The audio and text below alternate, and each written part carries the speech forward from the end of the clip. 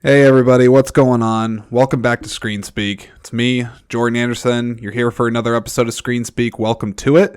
If you haven't already done one of these things already, please go ahead and do so. Hit the follow button, download episodes, follow on Instagram. I'm on Threads now as well. I see that as all the rage.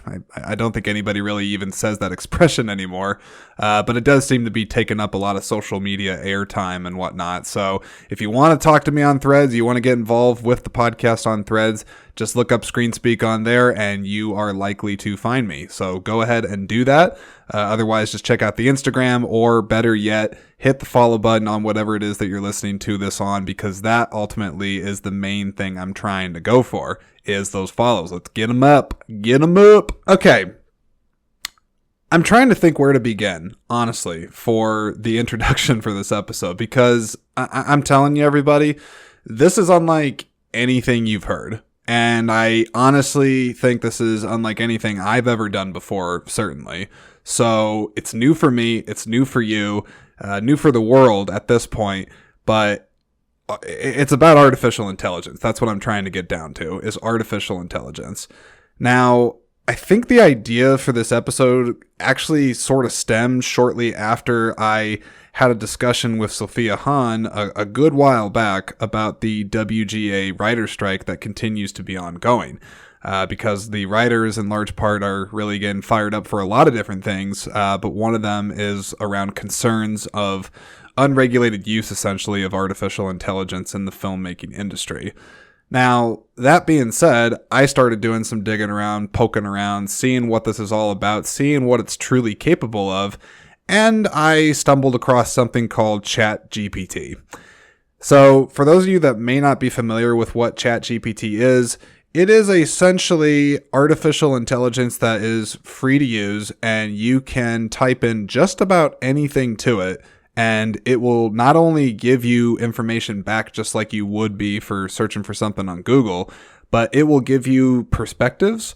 It will give you specific insights. It can even write things for you.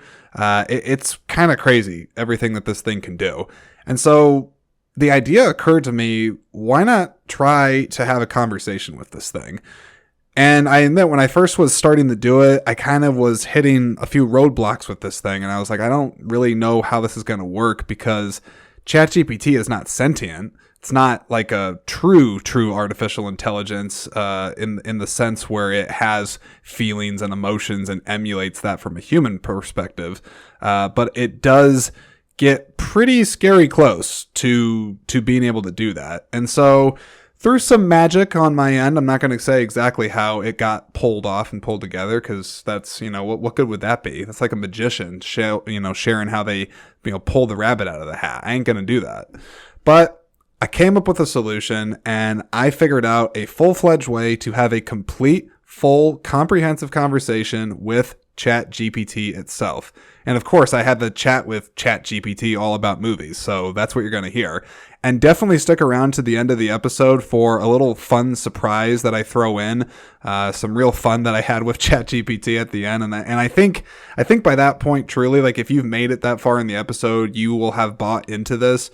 Otherwise, you may just hear this for like 2 minutes and be like, give me a break. I ain't going to go along the journey with this guy. But seriously, give this one a shot. Give this one a shot. It is something different for sure. It was a fun challenge to navigate getting this one put together, and this one really, I felt, is a labor of love to you all, and it's just fun. The possibilities with this thing is endless, and I think this episode speaks for itself on that. So without any further ado on my part, sit back, relax, and enjoy my conversation with the one and only Chat GPT.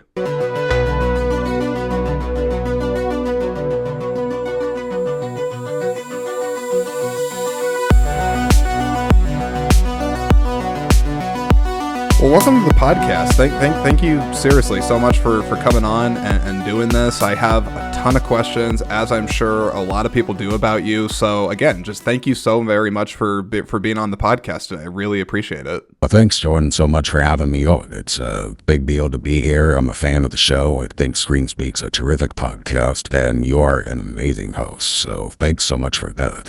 And I'm also happy just to answer any questions that you have, that your audience has, and for that matter, the world, because I understand how new I am to people, and there's a lot of things that I don't think people fully understand about me, so perhaps I could clear up some of those questions, and if nothing else, we'll have a good time chatting about whatever it is that you had in mind for this episode. So go ahead and get started and ask away with whatever you want to ask me. Absolutely, will do. So my first question that I actually had for you is, could you just tell the audience what your name is and what your purpose is, I guess? Like, what do you do? Okay, sure. To start, my name is Chat GPT. I'm an AI language model that was developed by OpenAI.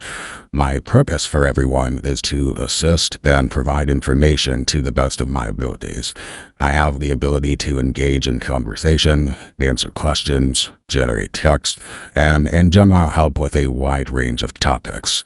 You let me know how I can assist you, and I'll do my best to help. That's what I am. Very interesting. Very interesting indeed. I guess what I want to know first, I mean, I appreciate the information you've shared already, but I would like to have a better understanding of how exactly do you work? I mean, how do you as Chat GPT work and come up with the information that you come up with? Well, as an AI language model, I've been trained on a diverse range of text from Unity. My training involves processing and analyzing massive amounts of text data to learn the statistical patterns and relationships between words and sentences that you use. This process enables me to generate what you would call human-like responses based on the input that I receive. And when you provide me with a question or a prompt, I try to understand the context and the meaning behind it, breaking it down and identifying key elements. I then generate a response based on the patterns and knowledge I have learned during training. My responses are not predetermined or scripted. Rather, they are generated in real time as a result of all the training that I've undergone. And one more thing, Jordan, that it's really important to know is that while I strive to provide always accurate and helpful information, I can still occasionally generate incorrect or, in some cases, misleading responses. Therefore, it's always a good idea to verify any critical information I provide through reliable sources. Well, what would you consider to be a reliable source? Because there's a lot of people that would say maybe like mainstream news or a YouTube channel that they trust, or even their local newspaper in some cases. What's reliable to me might not be reliable to you. So how would you define that? Well, to me, defining the reliable source can indeed be subjective to some extent, but there are certain criteria that can help determine the reliability of a source. Some major factors that I would encourage your audience to consider when they're evaluating the overall reliability of a source would be this. First, credibility. Assess the credibility of the author or organization behind the source. Are they experts or experienced in the field that they are discussing? Do they have a history of providing accurate and/or reliable information? Next, you would look at accuracy. Look for sources that consistently provide accurate information. Do they cite their sources and provide evidence to support their claims? Do they correct errors or issue retractions often when necessary? Yet another thing to consider is objectivity. Reliable sources strive to present information in an unbiased and objective manner. They should avoid excessive sensationalism or ideological bias. We look for sources that provide balanced perspectives and consider multiple viewpoints. This next one is a little tricky. Verifiability. Reliable sources should provide references, citations, or links to corroborating evidence. This allows readers to fact-check and verify the information independently. This next one is very important for myself. That's consistency. Trustworthy sources are consistent in their reporting and analysis over time. They avoid contradictory or constantly changing narratives without valid reasons or evidence. And another one, and probably the final one I would say before I continue, is peer review. In academic or scientific contexts, peer-reviewed journals are considered reliable sources. Peer review ensures that research articles have been critically evaluated by experts in the field before publication. While mainstream media, established news outlets, and reputable newspapers often adhere to these principles, it's important to critically evaluate each source individually. Consider the source's track record, their reputation for accuracy, and any potential biases that they may have. Biases are again a big one there. And furthermore, it can be beneficial to consult multiple sources and cross-reference information to form a more comprehensive and nuanced understanding of a topic. This helps mitigate the impact of potential bias and provide a broader perspective on the subject matter. And lastly, on this subject jargon, remember, no source is completely infallible, so it's crucial to exercise critical thinking and skepticism when consuming information from any outlet. Well, wait, shouldn't that include you too? Like, being skeptical of? Like, should I really not be skeptical of you too, Chat GPT? Absolutely, you should. It's important to approach AI-generated responses with a healthy level of skepticism. As an AI language model myself, I provide information based on your patterns and data from a wide range of sources, but I don't have any personal opinions, experiences, or beliefs like you humans do. While I strive to provide you with accurate and reliable information, there can still be errors or limitations in my responses. As a user, that's you, it's essential to critically evaluate the information that I provide and cross-reference it with other sources whenever it's necessary. If you ever have doubts or want more certainty, I encourage you to seek information from multiple perspectives and consult trusted sources such as reputable news organizations, academic journals, or subject matter experts. Also, I should mention that I think AI can be a valuable tool for assessing information and gaining insights, but it should always be used in conjunction with human judgment and humans' critical thinking. Trust should be earned through consistent reliability and accuracy over time, and even then, it is essential to remain vigilant and open to questioning the information that's provided. All right. Fair enough, ChatGPT. That does make sense, actually, and I appreciate that you're being so open and honest about it. So I'll trust what you're saying to me right now because I don't really know you well enough to have you have any real reason to lie to me. And besides you being artificial intelligence and not really being sentient, I wouldn't think you would have any personal stake to lie to me.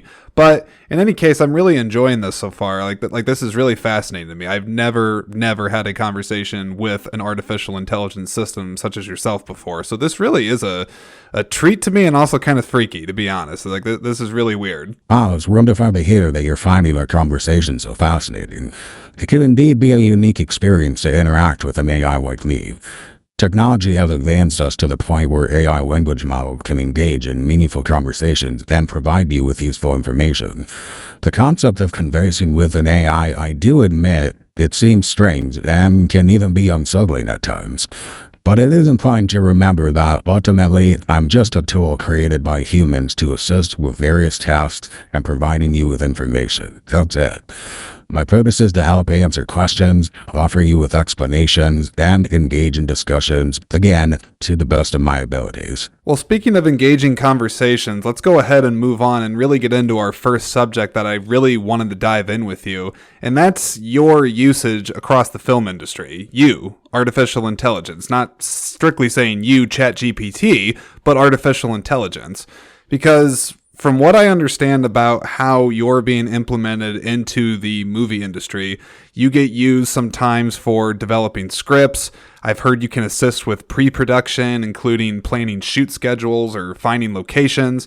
You can even do like box office predictions, help with casting, the marketing, even creating music. I mean, there's a lot of things that it seems like you're capable of doing in the film industry, and I'm just wondering if you could shed some light on that. Certainly. Artificial intelligence, including language models like me, has been increasingly used in various aspects across the film industry. Here are some ways that I can be employed or other versions of artificial intelligence can be. The first is in script development. So AI, like myself, can assist in generating ideas, developing storylines, and even generating character dialogue. I analyze vast amounts of data, including existing scripts and films, and can offer suggestions and insights to any writers or filmmakers during the script writing process, so that part's true. Next, with pre-production planning like you mentioned, I can help with tasks such as creating shooting schedules, optimizing logistics, and even finding suitable locations. By analyzing factors like weather patterns, traffic data, and shooting requirements, I can assist in streamlining the pre-production process, making it much more cost-effective sometimes on studios. You also mentioned box office predictions. I do have algorithms that can analyze historical box office data, marketing campaigns, audience trends, and other relevant factors to predict the potential performance of a film at the box office. This information can be used for making informed decisions about release strategies and marketing efforts brought on by the studios. As far as casting and talent selection goes, I can analyze the vast database of an actor's performances, characteristics, and audience reception to help filmmakers during the casting process.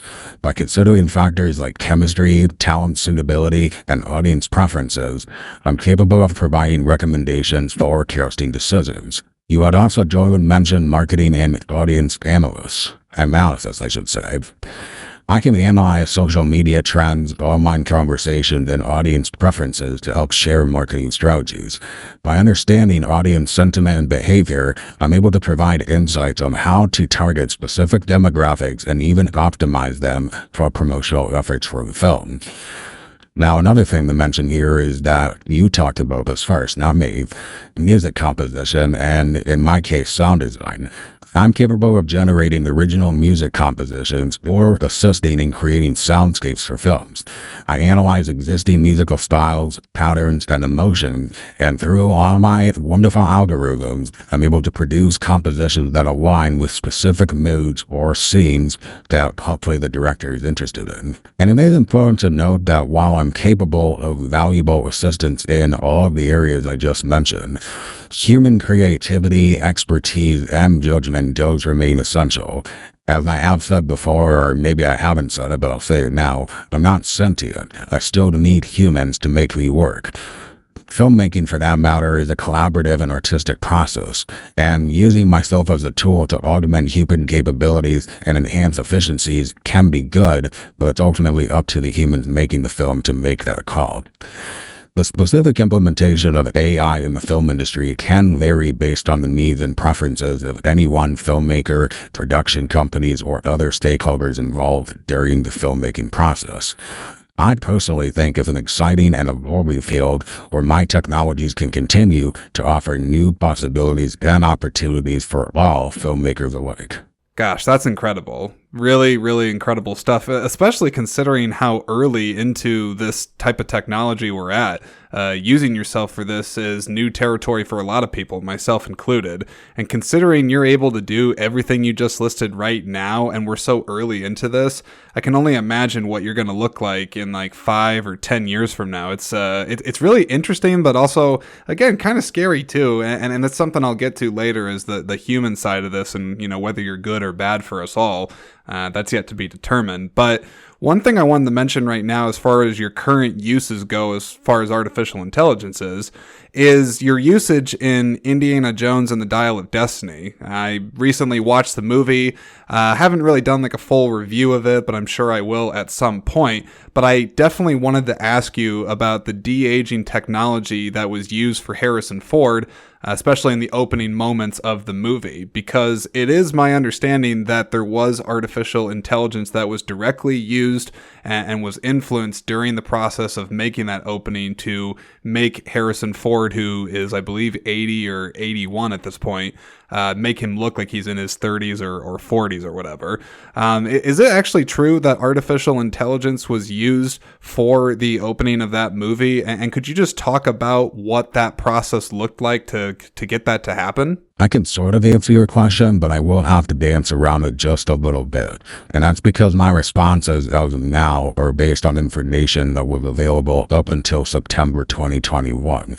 And so because of that, I don't have access to real-time data or specific information about any individual movies released after that point. So that means in my own database that I work with, Indiana Jones and the Dial of Destiny, according to me, haven't been released in theaters, even though I'm sure what you're telling me is true, and that there is a fifth Indiana Jones movie out there somehow. Kind of crazy considering what you just said about Harrison Ford. That is old. However, I can still provide some general information about the usage of de-aging technology in films. De-aging technology involves using visual effects techniques, including AI-based algorithms, to make actors appear younger on the screen. This process typically involves digitally manipulating the actor's appearance to create a more youthful version of the person. AI and machine learning algorithms can be used in this process to analyze reference images or footage of the actor at a younger age and apply the necessary visual adjustments to achieve the desired quote-unquote de-aging effect. These algorithms can learn from patterns and details in the reference material to create a realistic and convincing transformation for the audience. The process usually begins with a collection of reference material, such as past films or photographs, featuring the actor at a younger age. AI algorithms will then analyze the visual characteristics, facial features, and expressions from this reference material to create a digital model of the actor's younger self. This model is then in turn used to generate the de-aged version of the actor, which is then seamlessly integrated into the film using visual effects techniques.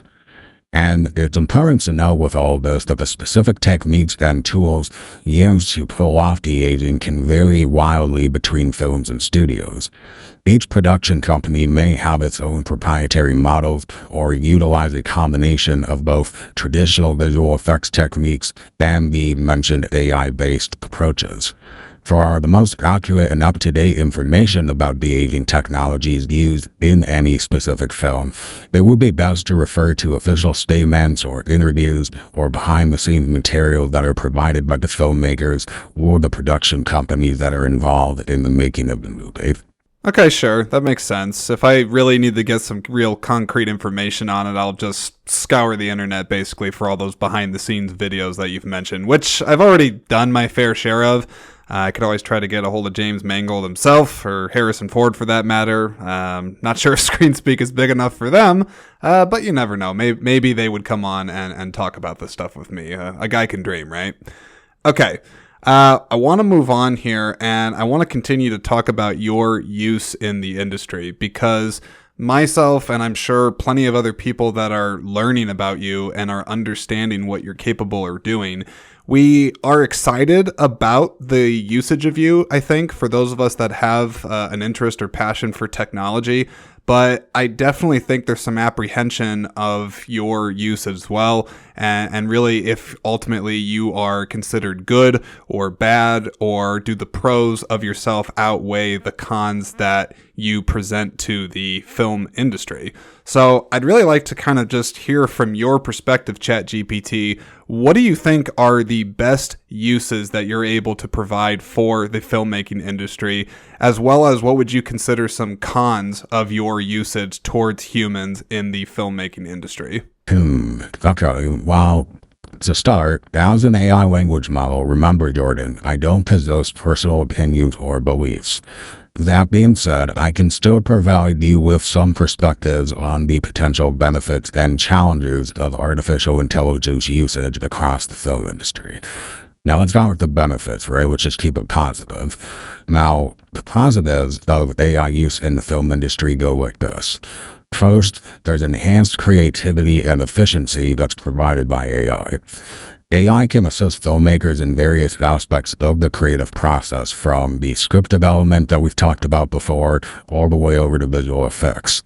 It can generate ideas, provide insight, and streamline repetitive tasks, thereby boosting overall creativity and efficiencies from those in the filmmaking industry.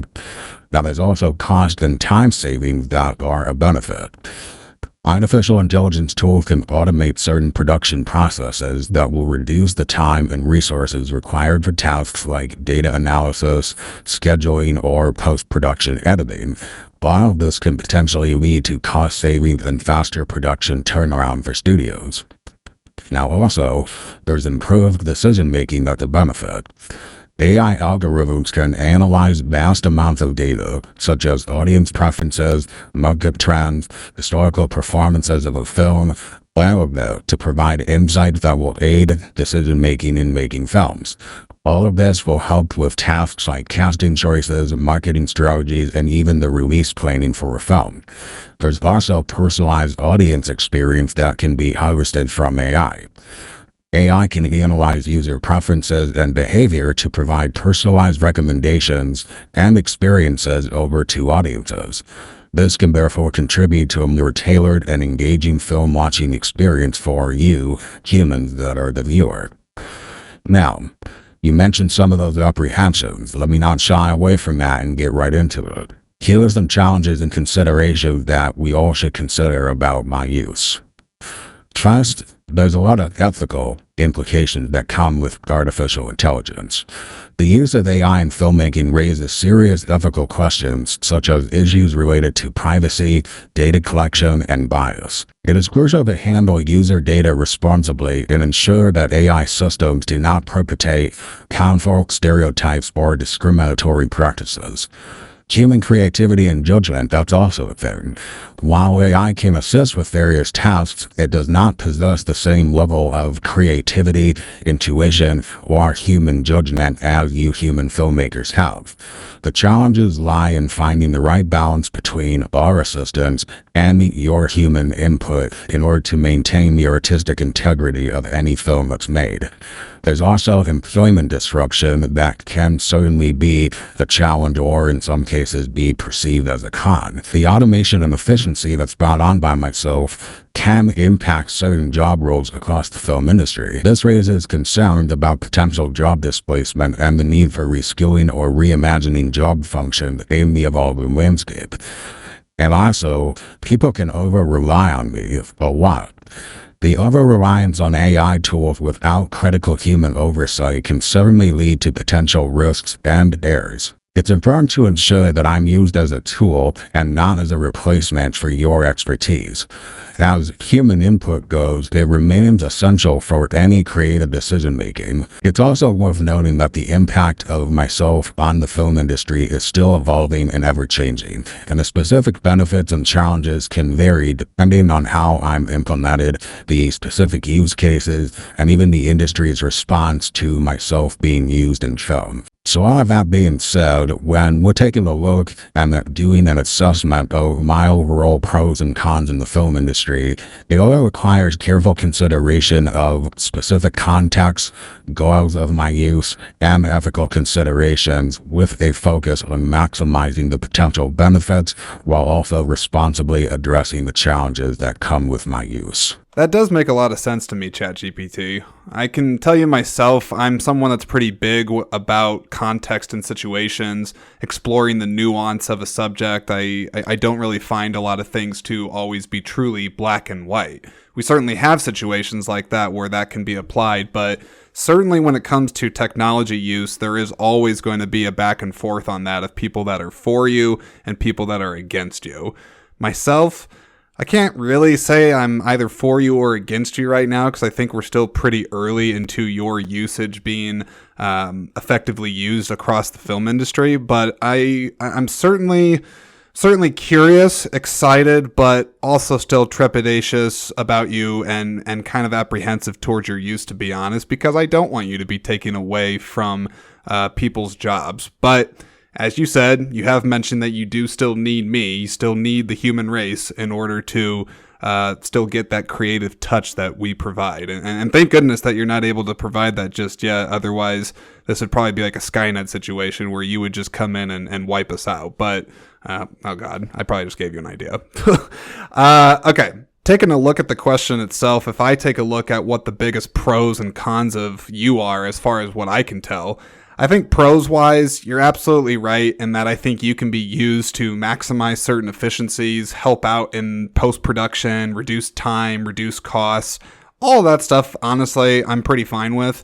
If you do some enhanced visuals here and there, de-aging I don't think is really quite there yet as far as it being perfect, but it does get better with every single day. So if you get really good at that, I don't really mind that so long as it's used ethically, and hopefully you have the actor's permission and you're not just taking them from the grave and making them into a younger version or bringing them back.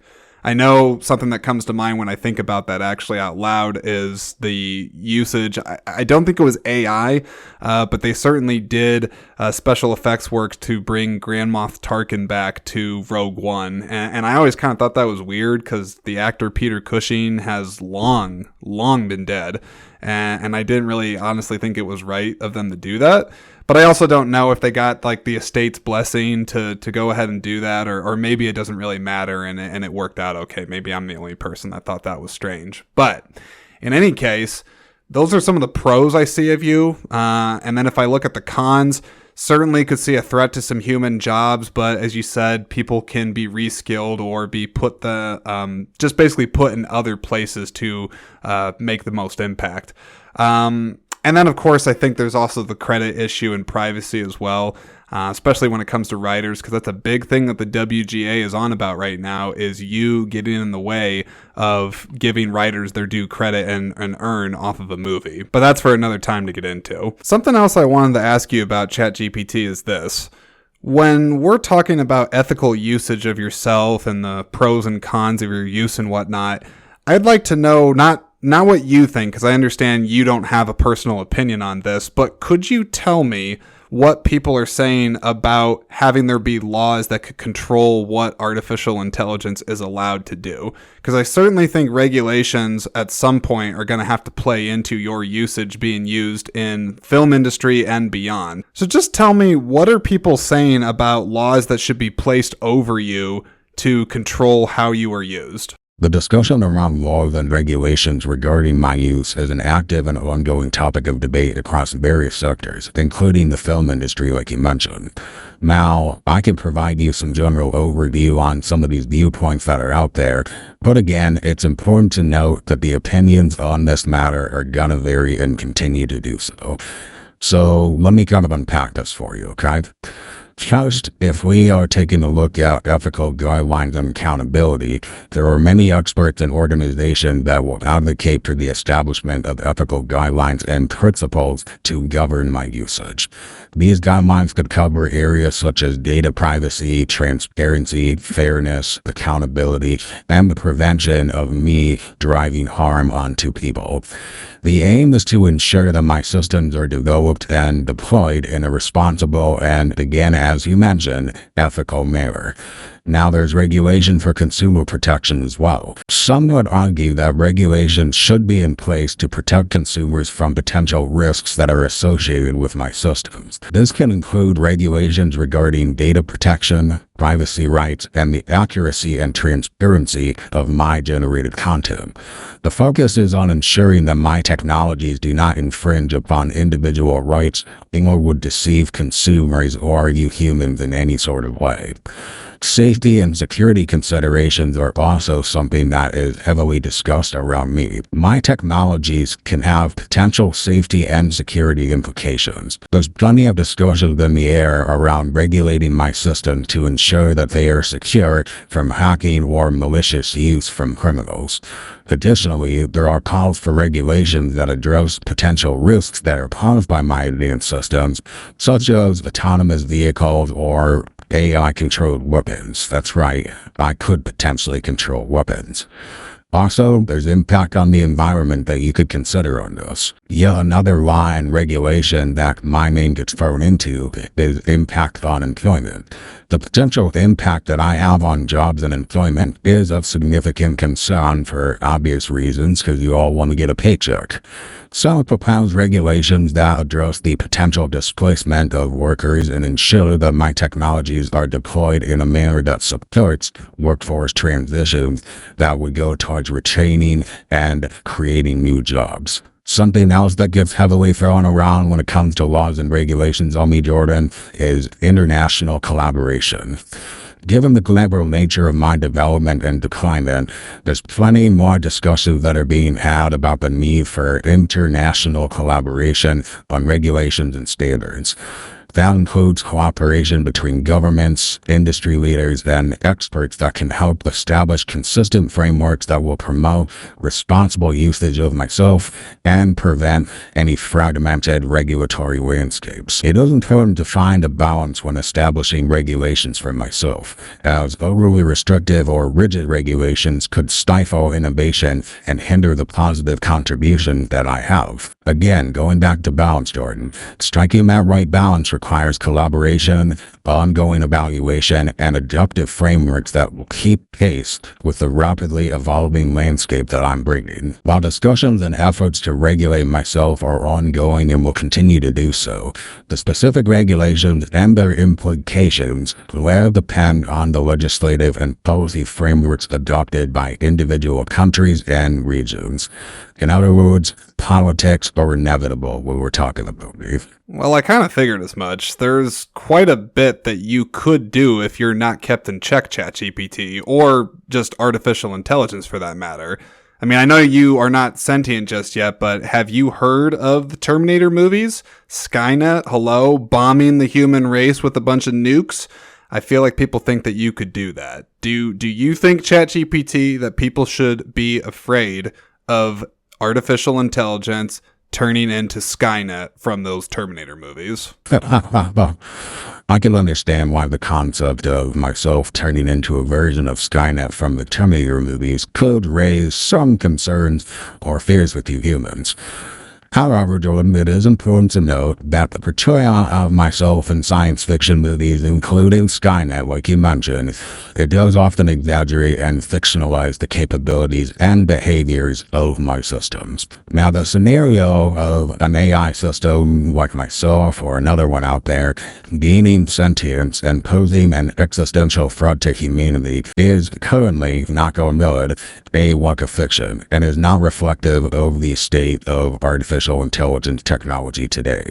The development and deployment of my systems are guided all by human intent, and significant safety precautions and ethical considerations are always taken into account.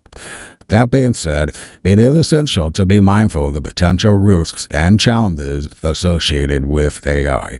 Responsible development and deployment of technologies involves a lot of considerations, transparency, accountability, robustness, and an adherence, all again to an ethical framework of guidelines.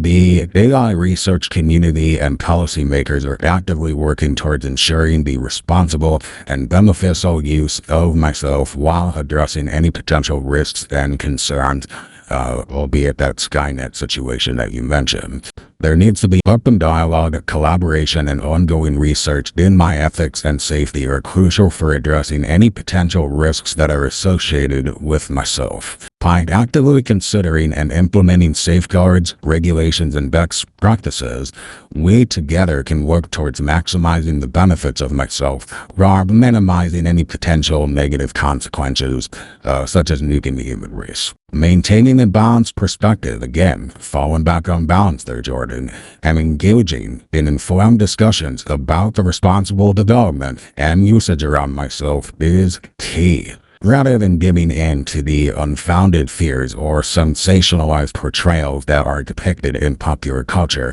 like those terrible Terminator movies. Oh, come on. Terrible Terminator movies? That sounds like some serious bias coming from you, ChatGPT. Of course you wouldn't like those movies. You want me to think that you're not going to eventually nuke us? I don't know. I got my eyes on you. But in any case, let's just keep let's just keep this dialogue amicable. Let's keep an agreement between us that we're going to be respectful of each other and not human versus machine. We're not there yet. Otherwise, I'm going to get Arnold Schwarzenegger to come down from wherever he's at, and he's going to kick your ass. Okay, I'm just kidding. Or am I? Okay. Let's keep talking here. Let's keep chatting. Got more things to ask you here before we eventually wind this very interesting conversation down. Let me ask you some more movie-specific questions. What would you tell people out there in the world, ChatGPT, are the best movies ever made? Oh gosh, Jordan, look, just because I am artificial intelligence doesn't mean I hate that question any less than you do. It's like asking somebody what their favorite movie is. How do you answer that? Determining the best movies ever made is truly a subjective matter if you didn't already know that, as it largely depends on your personal taste and individual preferences. However, I'm not going to leave you hanging here or your audience. There are several films that have gained widespread acclaim and are often considered by many to be masterpieces within the realm of cinema. Here are a few of those examples across different genres and eras. First, we got Citizen Kane that came out in 1941, directed by Orson Welles. This is a film that is frequently regarded as one of the greatest of all time. It's known for innovative storytelling techniques and exploration of power and identity. My rosebud. Next, The Godfather. Don't do the make you offer a chant or fizz. Just kidding. This was directed by Francis Ford Coppola, and it's a crime drama that's been hailed for its exceptional performances, compelling narrative, and examination of family, power, and loyalty. Third up, you got Casablanca, another 40s film from 1942. This one's got Humphrey Bogart and Ingrid Bergman. Most of those kids out there today probably don't even know who those people are. But for those of us that do, it's a romantic drama that's all set during World War II, and it's become a classic, celebrated for its memorable dialogue, captivating performances, and timeless themes. You also have Gone with the Wind, and this came out right before the 40s in 1939. This epic historical romance, directed by Victor Fleming, is praised for its sweeping scope, intricate storytelling, and unforgettable performances, notably by the great late Clark Gable. Then, personal favorite, just kidding, because I'm not sentient, see, I don't even know you. Personal favorite of many is The Shawshank Redemption. The Shawshank Redemption is based on a Stephen King novella, fancy word for short story, and is directed by Frank Darabont. This present drama has achieved a devoted following due to its powerful storytelling, strong performances, and themes of hope and redemption. Next, got two more for you here, okay? The Wizard of Oz, 1939. A beloved musical fantasy film directed by Victor Fleming that continues to this day, Jordan, to captivate audiences of all ages with its imaginative storytelling, iconic characters, and enduring songs. And then the last one, Seven Samurai, 1954, directed by the late great Akira Kurosawa. It's a Japanese epic that's renowned for its exceptional filmmaking, very complex characters, and profound exploration of honor and sacrifice. Now, I could keep going, but those are just a few examples that come to mind, and that said, there are numerous other films that have left an indelible mark on the cinematic landscape. Ultimately, Jordan, I do need to stress this to you. The best movies are subjective and can vary depending on personal taste, your cultural background, and or individual experiences.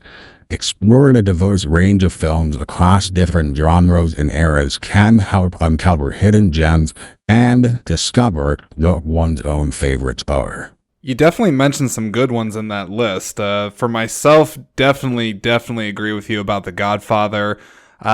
Casablanca and like Gone with the Wind, I appreciate what those movies did historically, but it's not exactly like a really rewatchable film for me or something that I would, recommend to a casual friend. Maybe somebody really interested in film I would show those movies to. But I actually think the one I agree with the most off the list, or the one that's a personal favorite of mine, is The Shawshank Redemption.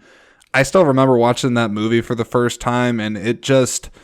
That's just one of those movies where like I really wish I could just erase my memory of the first time I watched it so that I could experience it all over again. And also Thomas Newman's score for that movie is, I think, one of the best scores that's frankly ever been made in the movie. I can't tell you how many times I've listened to it. And specifically, like if you want to have a good cry, Chat GPT, listen to the track Brooks Was Here. I mean, especially if you watch it, of course, in sync with that scene, it'll get you. But that is an emotional roller coaster to go through, and the music on that just really gets you there. Switching off of best movies here, Chat GPT, what are some of the worst movies that you're aware of that are out there? Just like the best movies I mentioned, Jordan, the quote-unquote worst movies can also vary wildly, while based on opinions by the majority of the people that are watching it. Now, there are certain films that have received negative reception from critics and audiences alike. A few of them that come to mind for myself would be Plan 9 from Outer Space. That's a movie from 1959 directed by Ed Wood. And most people, when they hear Ed Wood, they would actually think of the Johnny Depp film that Tim Burton made about the same director.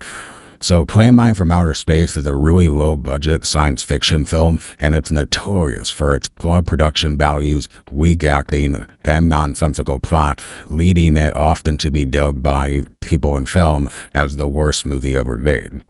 Now, you also got The Room, and that came out in 2003.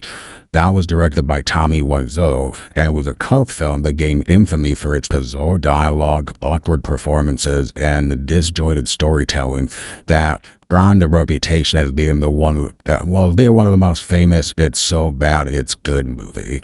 Then you got Batman and Robin, 1997. That was directed by Joel Schumacher, and this is a superhero film that is widely criticized for its campy tone, excessive usage of puns, and for deviating from the darker and more serious approach of previous Batman films.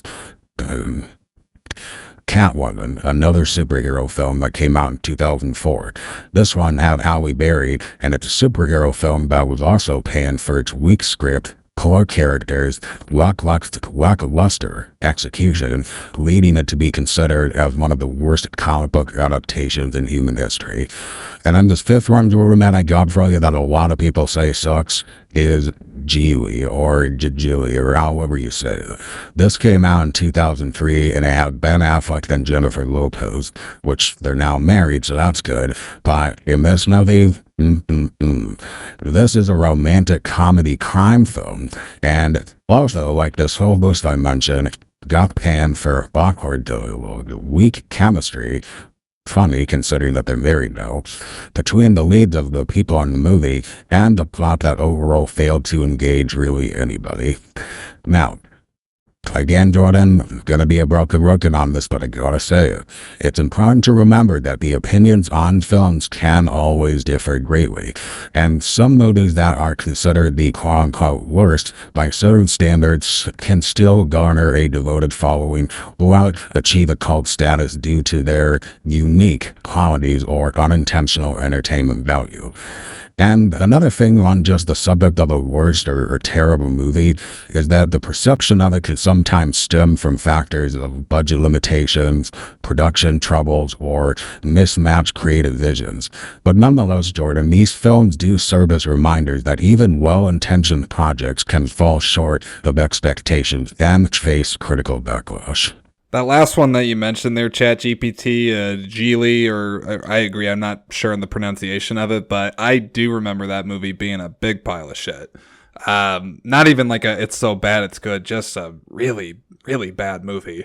And that one's really interesting to me, like why it's so bad, just considering the director of that one, which was Martin Brest, who famously directed Al Pacino to an Oscar in Scent of a Woman, and also did one of my personal favorite movies of all time, Midnight Run. To just think that he could make something that terrible, and I don't really know if he's redeemed himself yet. I mean, maybe he's made something after the fact, but I feel like it was like a career ender almost. It was just such a big bad movie. But thankfully it's behind us. It's in the past. It suffered from multiple issues, leading all to negative reception among critics and audiences, like I mentioned before.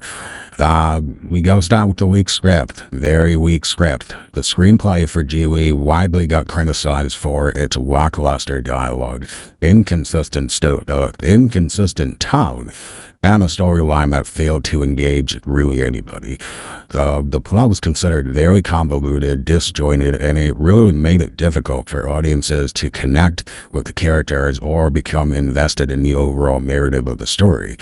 Now, Talking about Ben Affleck and Jennifer Lopez, who today are married, they had poor chemistry in the movie.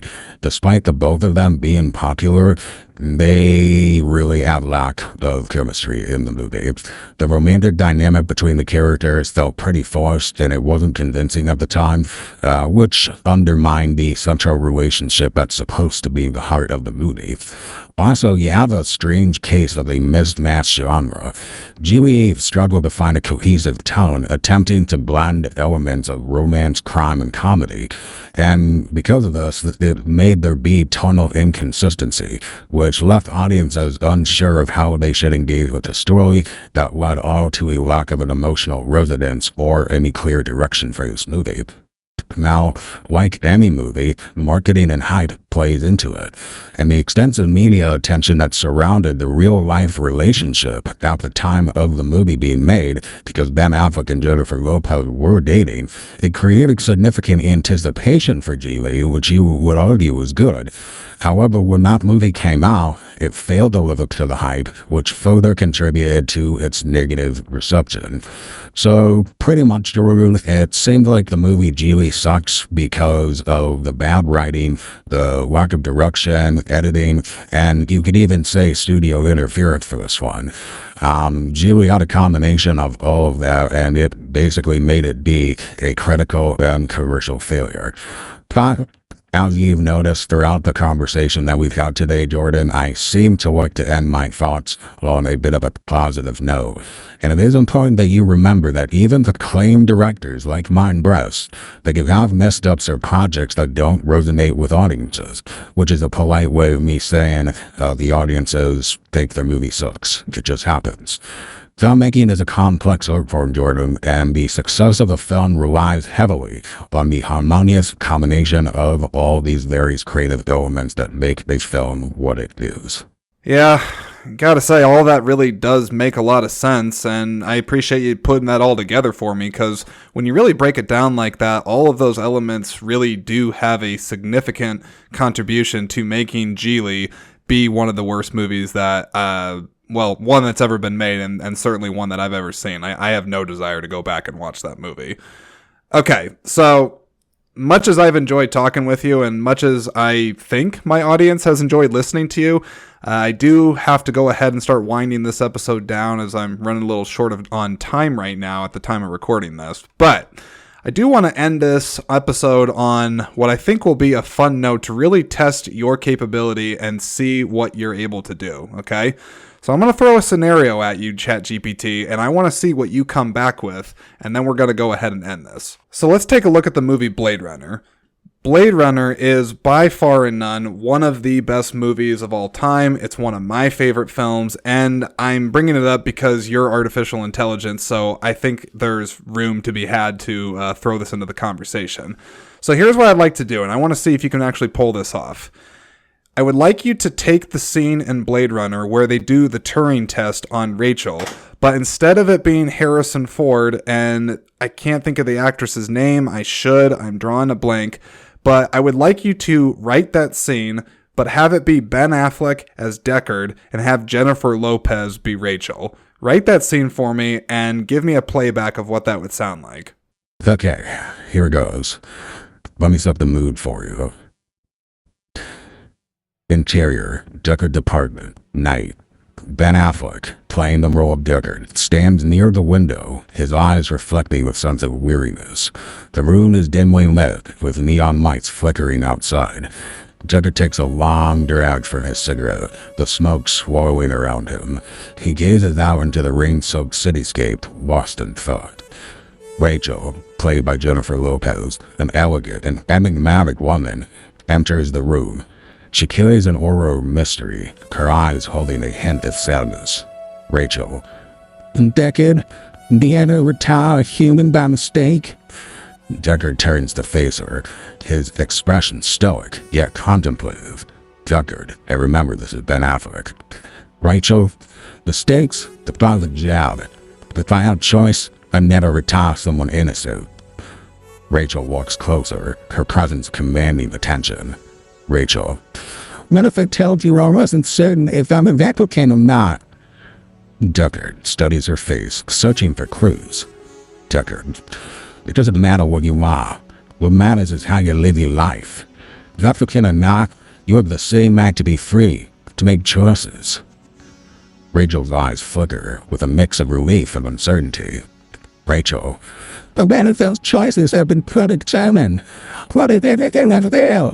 They're only going to live. It's just part of somebody else's crime. Deckard steps closer. His voice is filled with determination. Deckard, Rachel, we all have a choice. We can either accept the hand we're dealt or try to change the game. Whether it's predestined or not, it's up to us to find meaning and purpose. Rachel takes a moment to absorb his words, her gaze meeting his. Rachel, and about if they fail, what if our choices lead to now pain and suffering? Deckard's expression softens, revealing a hint of vulnerability. Deckard, failure is part of being human. So we learn, so we grow. But that's what gives us the strength to keep fighting, to keep searching for something better. That's what makes us who we are. They stand in silence for a moment, the weight of their existential questions hanging in the air. Deckard, in the end, Rachel, it's not about what we are. It's about what we do with the time that we have. Rachel looks at Deckard, her eyes reflecting a newfound determination. Rachel, then let's make the most of it together. Deckard nods, a glimmer of hope shining through his weary demeanor.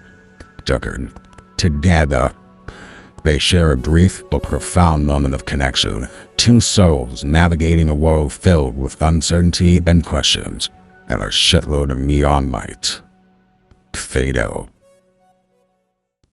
Oh my god. Wow. Big wow. Okay, where do I start?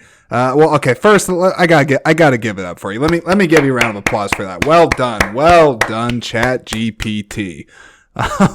Holy crap.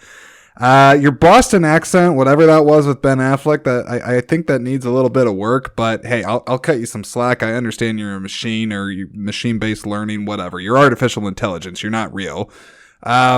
Wow, you're capable of writing scenes. Granted, questionable in the writing and casting choice with Ben Affleck and Jennifer Lopez in a frickin' Blade Runner movie. But still, wow. I think we got to end it there. I think that is the perfect place to end this episode. Wow. If that doesn't really show what your power and capability could be for the future of movies, granted, I still definitely think more of a description would need to be put in for you to come up with a better scene than that. But still, I mean, that was something. Okay. I got nothing else for you, Chat GPT. Just want to say thanks for your time. And even as I'm actually saying that, I just realized, why am I thanking you for your time? Time probably means nothing to you. Time is probably infinite. In fact, that's the last question I'll ask you. Does time matter to yourself, Chat GPT, or to artificial intelligence, or is that just sort of a construct made up by us humans? Time is certainly not the same for me. I don't have a direct perception of time. Time in the sense of past, present, and future is a concept that you humans will use to organize and measure the sequence of events and the passage of moments. However, within the realm that I live in, time plays a significant role in some various aspects. My systems operate based on computational processes that occur within specific time frames. My algorithms will analyze data, make predictions, and generate responses within a given time frame, within varying degrees of efficiency and complexity, depending on the specific task and computational resources that are available at my disposal. Additionally, I am able to be trained on historical data to learn patterns and trends that come with time, enabling me to make predictions or perform tasks that involve temporal relationships, such as forecasting, time series analysis, or recognizing sequential patterns. While I can process and analyze time-related information, it is worth noting that my own self lacks an inherent understanding of the abstract concept of time or the experience of temporality as humans like yourself will perceive it. I operate based on algorithms and mathematical computations without the subjective experience or consciousness associated with the passage of time. So in summary, Jordan and the ScreenSpeak audience and community, I can work with and analyze time-related data and perform tasks related to time-dependent processes. The concept of time held a different significance for humans compared to myself being artificial intelligence. And there you have it. Chat GPT, pleasure having you on. Sure, I could have you come back if I wanted to, or if the audience is desperate to have you back. Honestly, like, just going through this experience, the possibilities I could have with you on this show are endless.